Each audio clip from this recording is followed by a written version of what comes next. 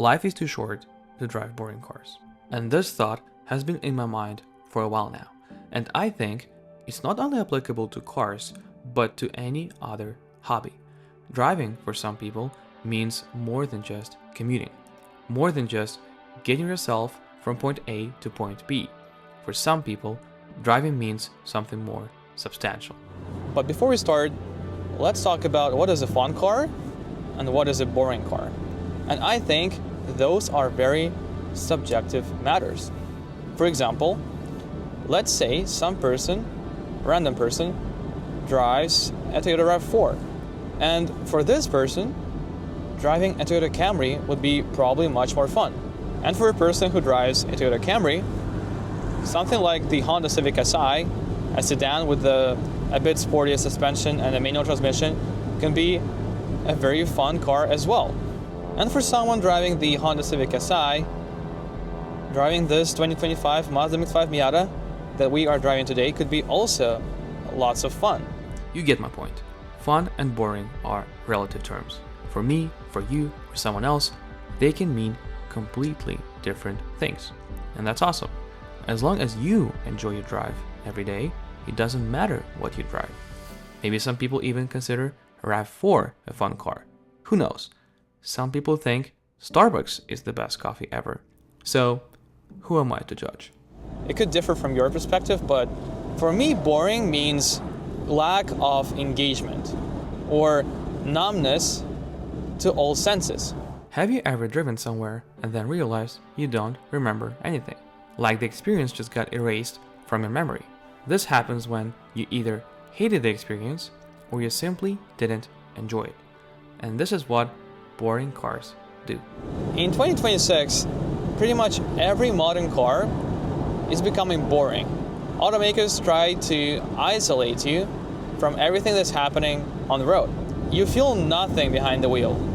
You don't feel engaged to the car. You don't feel engaged to the road. Over the years, comfort and noise isolation became the priority, and hence the engagement became less important. Most people didn't want to be fully engaged and in control of the vehicle. They wanted cars to be easy. And today, we are driving the 2025 Mazda MX-5 Miata, which is the opposite in this car market. It's still coming out new today with a manual transmission, and also the steering here actually communicates with me. It waits up in the corners beautifully, and you feel like you are in control of everything. You can also use the manual transmission to drop gears before you stop, which is also fun. And moreover, this car is also very, very light, which is also a very rare thing nowadays. Since again, people want features, people want comfort, people want noise isolation. So all cars and SUVs become bigger and obviously heavier. Don't get me wrong, you don't have to be in a Miata to enjoy a road like this. Of course, it's a perfect example for this video, but it can be any car you are in love with. For some people, a fun car means a car with the most technology, like a Tesla. Don't get me wrong, I'm a software engineer, I love technology, and I do appreciate some safety features. But the problem is, EV automakers now sell fast in a straight line as something fun. And I don't believe that 0 to 60 times is what making cars fun. It's all about how much momentum you can keep in a corner and how engaged you are while you are taking those corners. Today is a great weather. As you can see, we're driving without a roof. It's beautiful. We are in the middle of the forest. So much great nature and a beautiful road ahead of us. What could be more fun? And as you can see, I'm not even driving that fast or recklessly to have fun.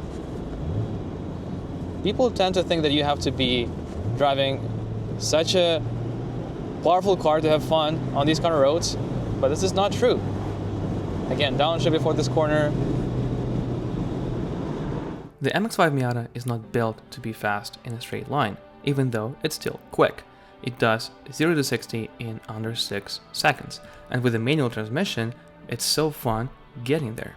But where the Miata really succeeds is engagement.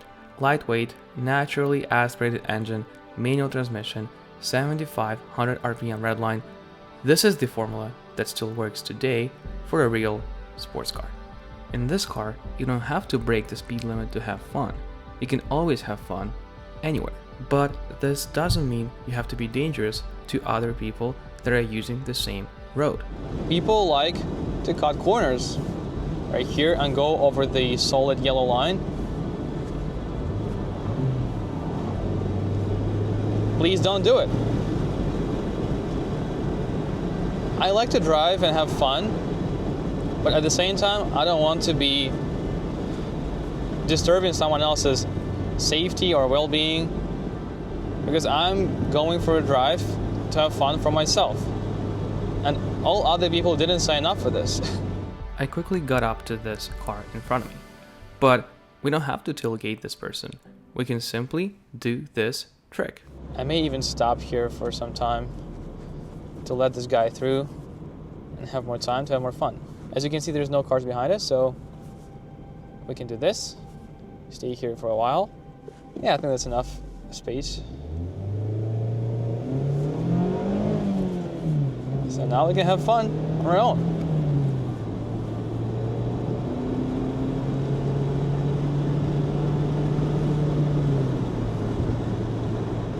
Yeah, we cut up to this guy again, but it doesn't matter because we can always slow down. But we're not intimidating this person in front of us and make them feel uncomfortable or unsafe. All right, so here's where my favorite corners are. And again, look at the scenery. It's looking so cool. We can even go to second gear right here.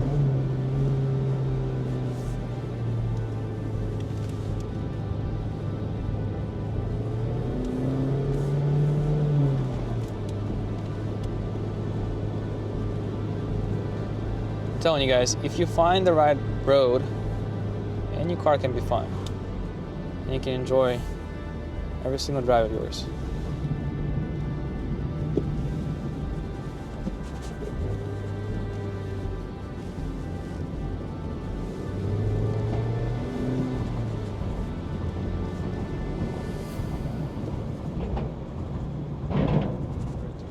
So about the saying again, life is too short to drive boring cars. I think this phrase was on top of my mind recently because if you follow me, you know that I am driving the 2012 Volkswagen Jetta. And I think at the time of purchasing that vehicle, it was a right decision.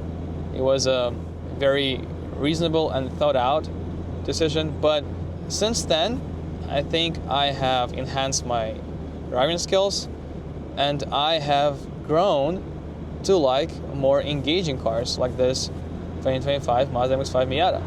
I think this is probably the reason why I'm really thinking about selling the 2012 Volkswagen Jetta. And if you're a fan of my channel, you're probably gonna miss that car as well. And I think it served me well, and it's definitely gonna be a legend of my channel because that car basically has started my channel and made it possible to make videos on YouTube.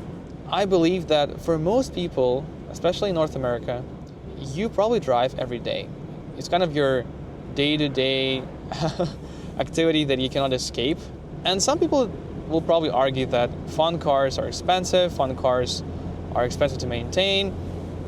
But I believe that you can buy a fun car for any kind of money. In any budget, there's fun cars to be had.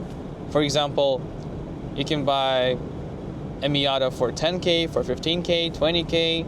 This one is like 35K. If you want to go even more expensive, there's so many cars that are super fun to drive. Money is not an issue if you want to buy a fun car, like an engaging car. And some people can also argue that it's hard to daily drive those vehicles every day, but I think I disagree.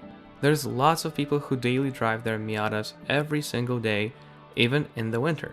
And for this week, Mazda has equipped this MX-5 Miata with winter tires, and it's also an RF trim. which comes with an automatic roof.